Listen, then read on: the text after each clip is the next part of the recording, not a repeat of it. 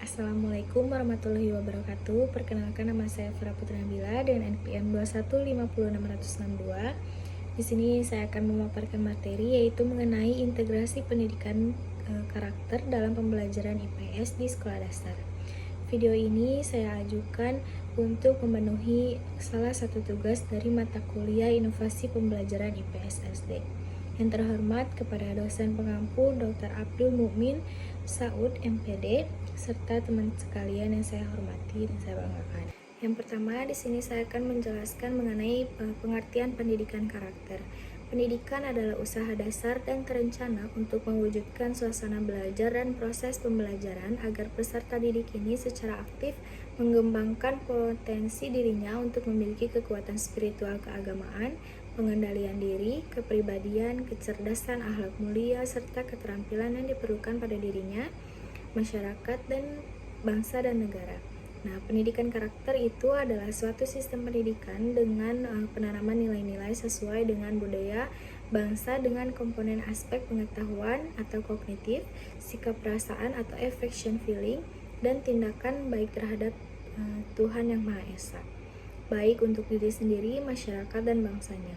Nah, dalam Undang-Undang Nomor 20 pada tahun 2003 tentang Sistem Pendidikan Nasional merumuskan fungsi dan tujuan pendidikan nasional ini yang harus digunakan dalam mengembangkan upaya pendidikan di Indonesia. Pada pasal 3 Undang-Undang Sisdiknas menyebutkan pendidikan nasional berfungsi mengembangkan kemampuan dan membentuk watak serta peradaban bangsa yang bermartabat dalam rangka mencerdaskan kehidupan bangsa, bertujuan untuk mengembangkan potensi peserta didik agar menjadi manusia yang beriman dan bertakwa kepada Tuhan Yang Maha Esa, berakhlak mulia, sehat, berilmu, cakap, kreatif, mandiri, dan menjadi warga negara yang demokratis serta bertanggung jawab. Nah, tujuan pendidikan nasional tersebut merupakan rumusan mengenai kualitas manusia Indonesia yang harus dikembangkan oleh setiap ratusan pendidikan. Oleh setiap satuan pendidikan. Nah, oleh karena itu, rumusan tujuan pendidikan nasional ini menjadi dasar dalam pengembangan pendidikan karakter. Nah, pengembangan pendidikan karakter ini sangat strategis bagi keberlangsungan dan keunggulan bangsa di masa mendatang. Nah, pengembangan tersebut harus dilakukan dengan perencanaan yang baik, pendekatan yang sesuai, dan metode belajar dan pembelajaran yang efektif. Nah, sesuai dengan sifat penilaian pendidikan karakter merupakan usaha bersama sekolah, dan oleh karena itu harus dilakukan secara bersama oleh semua guru, semua mata pelajaran, dan menjadi bagian yang tak terpisahkan dari budaya sekolah. Nah, pendidikan karakter juga sejalan dengan tujuan pendidikan IPS, yaitu membina anak didik menjadi warga negara yang baik, yang memiliki pengetahuan, keterampilan, dan kepedulian sosial yang berguna bagi dirinya sendiri, serta bagi masyarakat dan bagi negara. Nah, untuk merealisasikan tujuan tersebut, proses mengajar dan pembelajarannya tidak hanya terbatas pada aspek-aspek pengetahuan yang kognitif dan keterampilan psikomotor saja, nah, melainkan juga meliputi aspek akhlak yang efektif serta bertanggung jawab sesuai yang terkandung pada nilai-nilai Pancasila. Nah, selanjutnya ini adalah landasan pedagogik pendidikan karakter. Nah, pendidikan pada dasarnya merupakan suatu upaya dasar untuk mengembangkan potensi peserta didik secara optimal. Usaha sadar tersebut tidak boleh dilepaskan dari lingkungan di mana peserta didik ini berada, terutama dari lingkungan budaya, menurut Ki Hajar Dewantara, karena peserta didik hidup dalam lingkungan tersebut dan bertindak sesuai dengan kaidah-kaidah kebudayaannya. Nah, pendidikan yang tidak dilandasi oleh prinsip tersebut akan menyebabkan pada peserta didik tersebut dari akar budayanya. Ketika hal ini terjadi, maka mereka tidak akan mengenal budayanya dengan baik, sehingga ia menjadi orang asing dalam lingkungan budayanya. Nah, selain menjadi orang asing juga yang lebih mengkhawatirkan, yaitu dia menjadi orang yang tidak menyukai kebudayaannya. Nah, budaya yang menyebabkan peserta didik tumbuh dan berkembang dimulai dari budaya di lingkungan terdekatnya, kemudian berkembang ke lingkungan yang lebih luas, yaitu budaya nasional, bangsanya, dan budaya universal yang dianut oleh umat manusia. Nah, apabila peserta didik ini menjadi asing terhadap budaya terdekatnya, maka dia tidak mengenal dengan baik budaya bangsanya sendiri dan dirinya sebagai anggota budaya bangsa. Nah, dalam situasi demikian, maka dia sangat rentan terhadap pengaruh budaya luar dan bahkan cenderung untuk menerima budaya luar tanpa proses pertimbangan.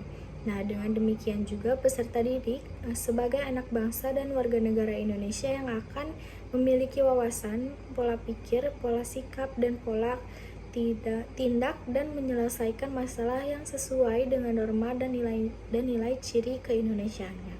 Nah, hal ini juga sesuai dengan fungsi utama pada pendidikan yang diamanatkan dalam Undang-Undang Sisdiknas, yaitu mengembangkan kemampuan dan membentuk watak serta peradaban bangsa yang bermartabat dalam rangka mencerdaskan kehidupan bangsa. Nah, oleh karena itu juga aturan yang dasar yang mengatur pendidikan nasional menurut Undang-Undang pada tahun 1945 dan Undang-Undang Sisdiknas sudah memberikan landasan yang kokoh untuk mengembangkan keseluruhan potensi diri seseorang sebagai anggota masyarakat yang berbangsa. Nah, secara kultural, pendidikan berfungsi untuk mewariskan nilai-nilai dan prestasi masa lalu ke generasi muda melalui proses enkulturasi.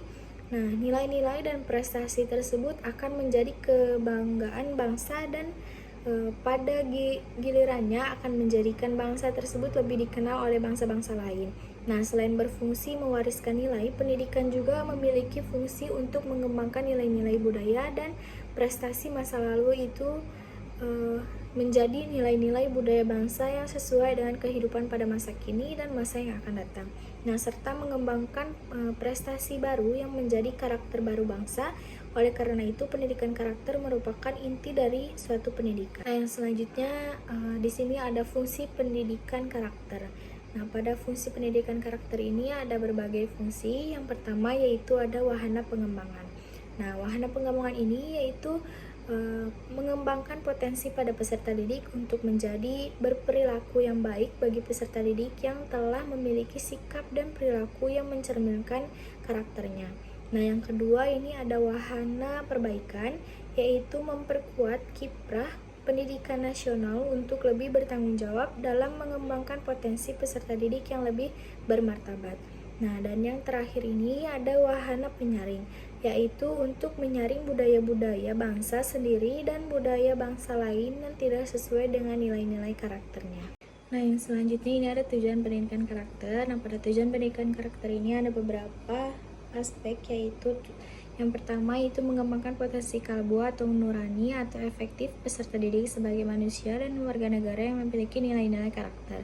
Nah, yang kedua itu mengembangkan kebiasaan dan perilaku atau habituasi peserta didik yang terpuji dan sejalan dengan nilai-nilai universal dan tradisi budaya bangsa yang religius. Yang ketiga itu menanamkan jiwa kepemimpinan dan tanggung jawab pada peserta didik sebagai generasi penerus bangsa. Nah, yang keempat itu mengembangkan kemampuan peserta didik menjadi manusia mandiri, kreatif, berwawasan dan kebangsaan. Yang terakhir yaitu mengembangkan lingkungan kehidupan sekolah sebagai lingkungan belajar yang aman, jujur, penuh kreativitas dan persahabatan, serta dengan rasa kebangsaan yang tinggi dan penuh kekuatan atau dignity. Nah, yang selanjutnya itu ada nilai-nilai pendidikan karakter. Nah, nilai-nilai yang dikembangkan dalam pendidikan karakter diidentifikasikan dari sumber-sumber. Yang pertama itu ada agama. Masyarakat Indonesia adalah masyarakat beragama. Oleh karena itu, kehidupan individu, masyarakat, dan bangsa selalu didasari pada ajaran agama dan kepercayaannya, serta kualitas kehidupan kenegaraan pun didasari oleh nilai-nilai yang berasal dari agama. Nah, atas dasar pertimbangan itu, maka nilai-nilai pendidikan karakter harus didasarkan pada nilai-nilai dan kaidah yang berasal dari agama. Nah, yang kedua yaitu ada Pancasila.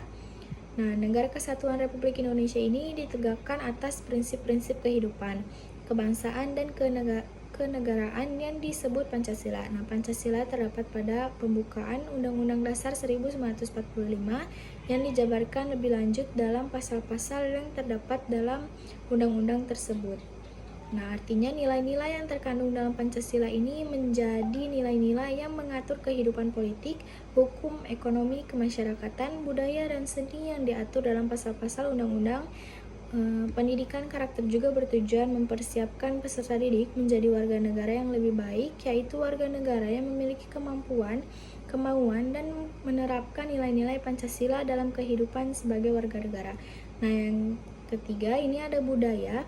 Budaya itu adalah suatu kebenaran bahwa tidak ada manusia yang hidup bermasyarakat yang tidak didasari oleh nilai-nilai budaya yang diakui masyarakat tersebut. Nah, nilai-nilai budaya tersebut dijadikan dasar dalam memberikan makna terhadap suatu konsep dan arti dalam komunikasi antar anggota masyarakat tersebut. Nah, posisi budaya yang demikian penting dalam kehidupan masyarakat mengharuskan budaya menjadi sumber nilai-nilai dari pendidikan karakter. Nah, yang selanjutnya itu ada tujuan pendidikan nasional. Nah, tujuan pendidikan nasional ini mencerminkan kualitas yang harus dimiliki setiap warga negara Indonesia, dikembangkan oleh berbagai satuan pendidikan di berbagai jenjang dan jalur. Dalam tujuan pendidikan nasional terdapat beberapa nilai kemanusiaan yang harus dimiliki seorang warga negara Indonesia karena tujuan pendidikan nasional adalah sumber yang paling operasional dalam mengembangkan pendidikan karakter dibandingkan ketiga sumber yang disebutkan di atas,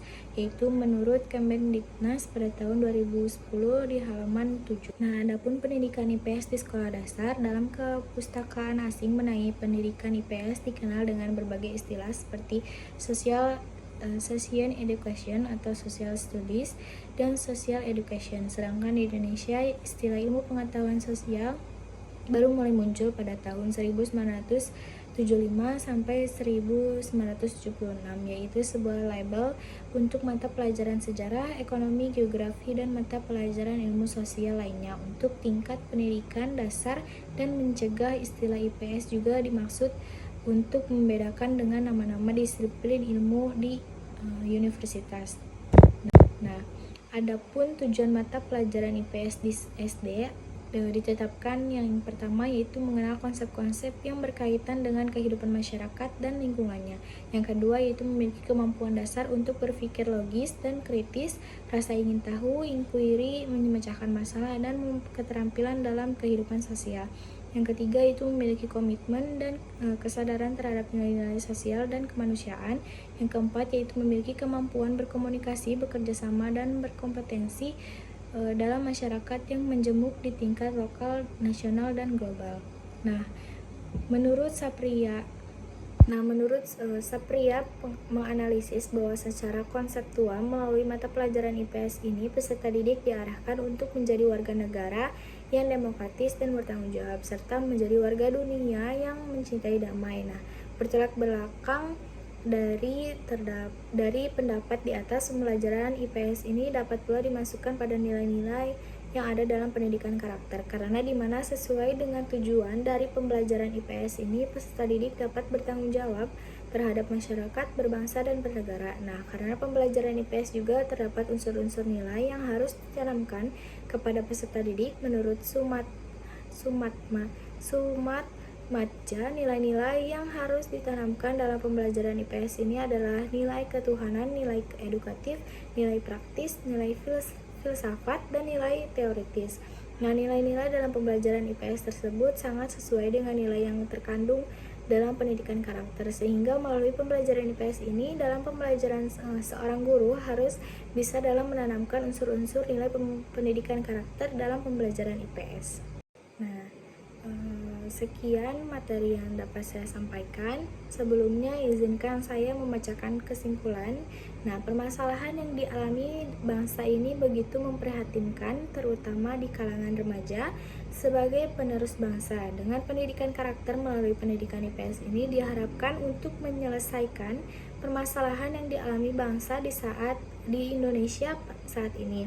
Nah, IPS sebagai bidang studi dalam pembelajaran yang bertujuan agar peserta didik ini mampu bertanggung jawab terhadap kehidupan bermasyarakat, bangsa, dan negara dapat diimplementasikan dengan memasukkan nilai-nilai yang terkandung dalam pendidikan karakter.